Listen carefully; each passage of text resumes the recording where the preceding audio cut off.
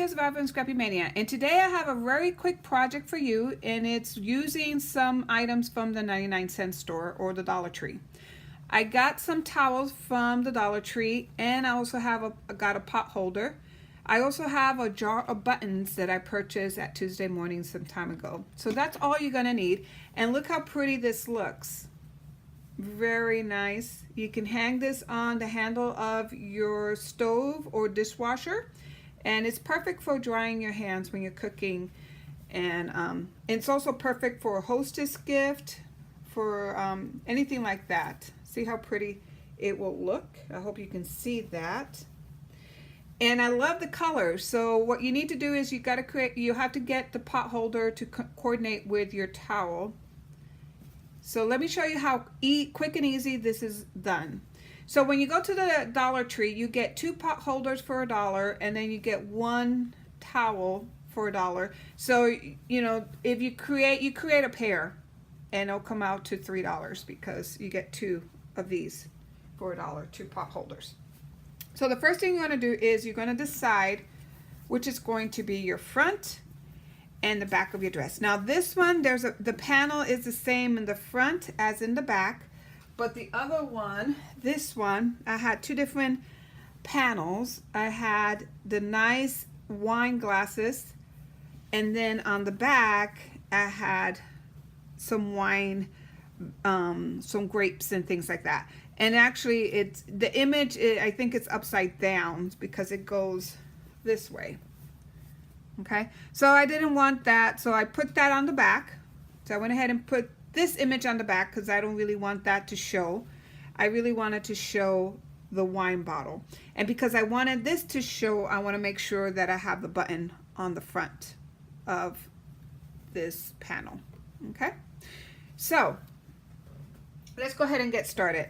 So the first thing you want to do is you want to go ahead and put a basting stitch. And what a basting stitch is a very long stitch, so that way you can create the gather. So you're going to look for the center of the towel, and the center of my towel is right here. You can put a pin here just to mark that. And if you want, you can go ahead and mark it with a fabric marker all the way to the middle. But this towel is already folded in the middle here, so I have creases from the factory for when it was and you know, in the store. So I'm not going to go ahead and make a line. I'm just going to follow the fold that it already has from the store. So I'm going to go ahead and put my length, my stitch to 4 for my length.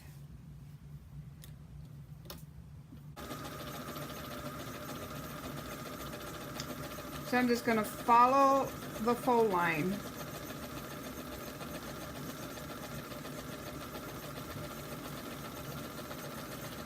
You're going to leave a long tail, and then I'm going to cut right here. Okay. So once you do that, then what you want to do is you want to go ahead and gather the center. So the way you gather your fabric is you're going to go ahead and grab this thread. Okay, and then you're going to pull, and you got to be very careful you don't break the thread. So gently, you're just going to pull it. So I hope you can see that. Let me move this over. So very gently, you're going to pull, making sure that you do not break your thread. Very gently, you just pull and gather. And that's why you want a basting stitch, because you want the stitch to be kind of loose, so it's be easier for you to gather the towel. So I'm doing it very gently because I do not want to break the thread. Now if you break the thread, that's okay, you just re-sew it. But I don't want to re-sew this. And some towels are easier than others to gather. This one is a little more difficult. So you hold it here and then you pull it gently. Pull the gather gently toward the center. So pull, hold it. So see how I hold it here, and then gently. Don't pull.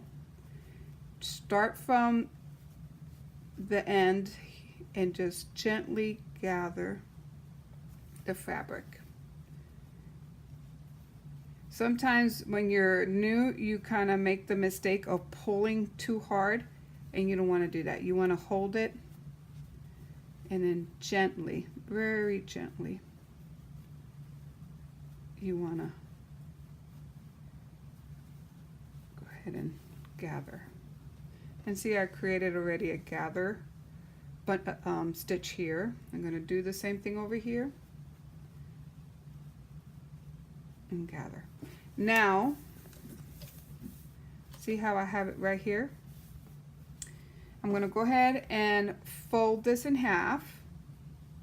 Again, you got to figure out which is going to be your front panel, because in either side, this one or the other, they're the same panel. But like on my other one that I showed you, this is a different image than the one in the back, and I wanted this one to show. So I want to make sure I want to gather, put the pot holder with the button right in the front. And the pot holder has one side that has a loop and another side without the loop. So you want to put the side with the loop on the opposite of the panel that you want to show. So if I want to have this to be the panel that shows when I hanging it on the stove, I want to make sure that my loop is on the back. So that way when I put my button, then it will look like that. Okay? So hopefully that makes sense. So then the next thing you want to do is, because I want this to be my front panel, my loop is going to be in the back, and then I am going to fold it in half, and I want to make sure that the center of my pot holder, it's right on this stitch line. So this is my center, this is my stitch line. Take some pins and place it there. Now I'm going to take the opposite side. This is my center, this is my stitch line. I'm going to place the center, hopefully you can see that. Place the center right there. The stitch is right there, and that's my center. And I'm going to put pins here. So now that I have my pins on both sides, I'm going to go ahead and make sure that my gather, so I'm turning it over, want to make sure that I even out my gather. See how I'm kind of evening out my gather. And I'm going to go ahead and put pins on the back end. And I'm going to take this off. The reason why I did that is just I wanted to make sure I have it in the center. But I'm going to stitch from the back. Okay.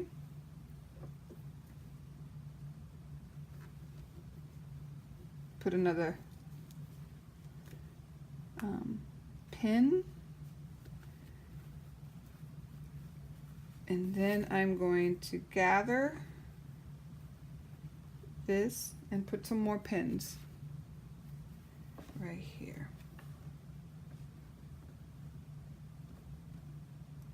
Sometimes it's hard to push it in.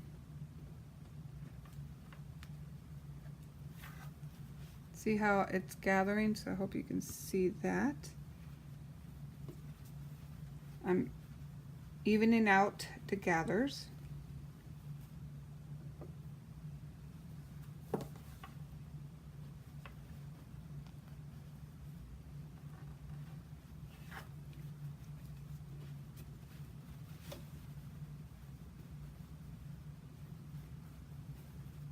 making sure it's nice and even and it's at the center.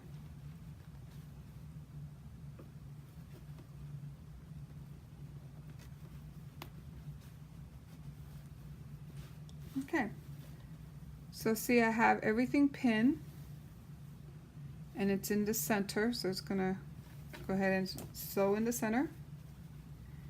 Now I'm ready to sew it on my sewing machine. Now I have a vintage sewing machine, and sometimes I refurbished this one, so sometimes a little temperamental, so hopefully it's going to cooperate with me today. I'm actually sewing in my guest room because it was a lot easier to do it up here than going downstairs.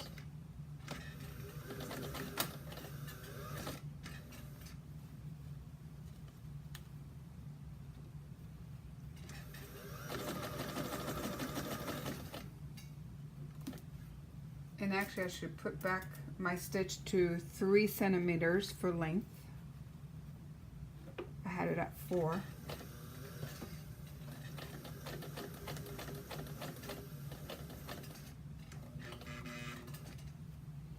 Make sure you remove any pins. I have a pin right here.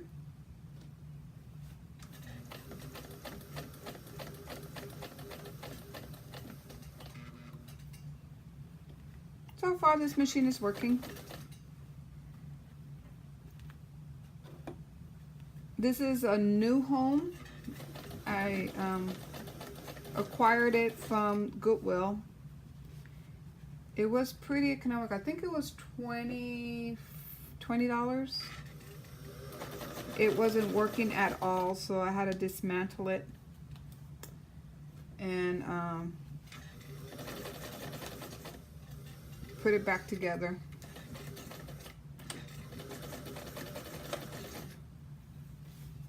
But so far it looks like it's working.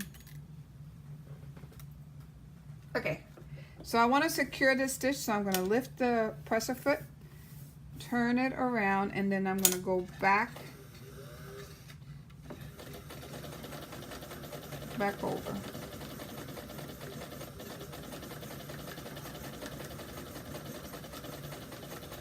I apologize for the movement of the camera.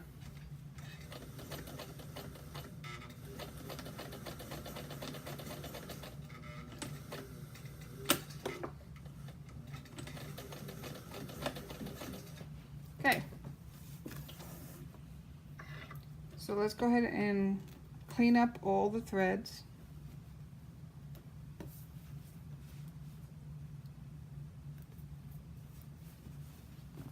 And doesn't look too bad. So that's what you have. It's going to look like this. You clean all the threads off of it.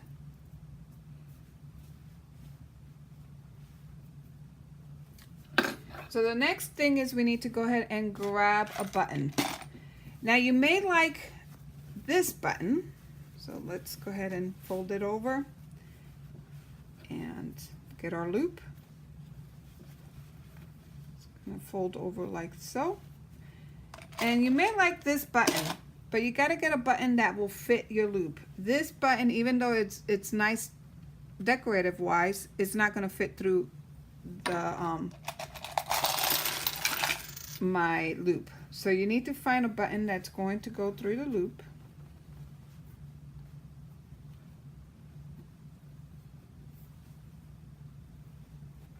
And let's go ahead and look and see.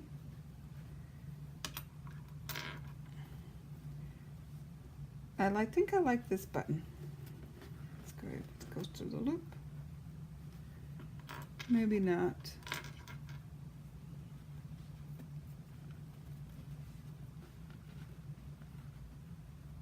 Don't like that. Button's too small. This might be the perfect button for it. Yes. That will go through the loop. So go ahead and make sure that the button is big enough to go through the loop. I mean, it's small enough to go through the loop, but not too small that it won't stay tied. So this is perfect. So I'm going to go ahead and place my button right here in the center. Get some needle and thread.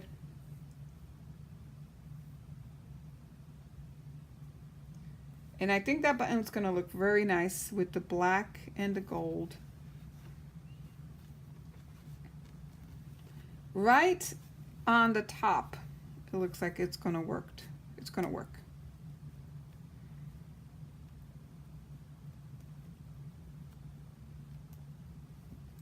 Okay. And just sew the button in place. Very simple.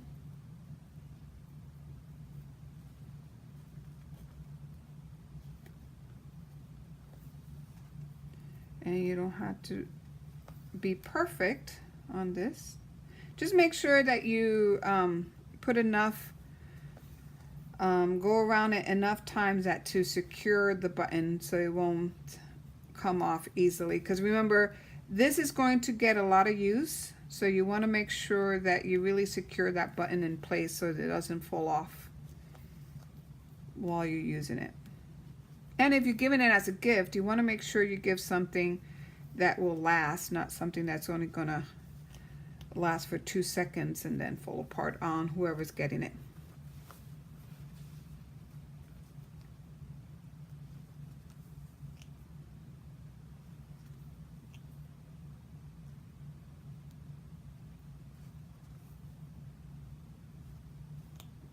Okay, looks like it is done.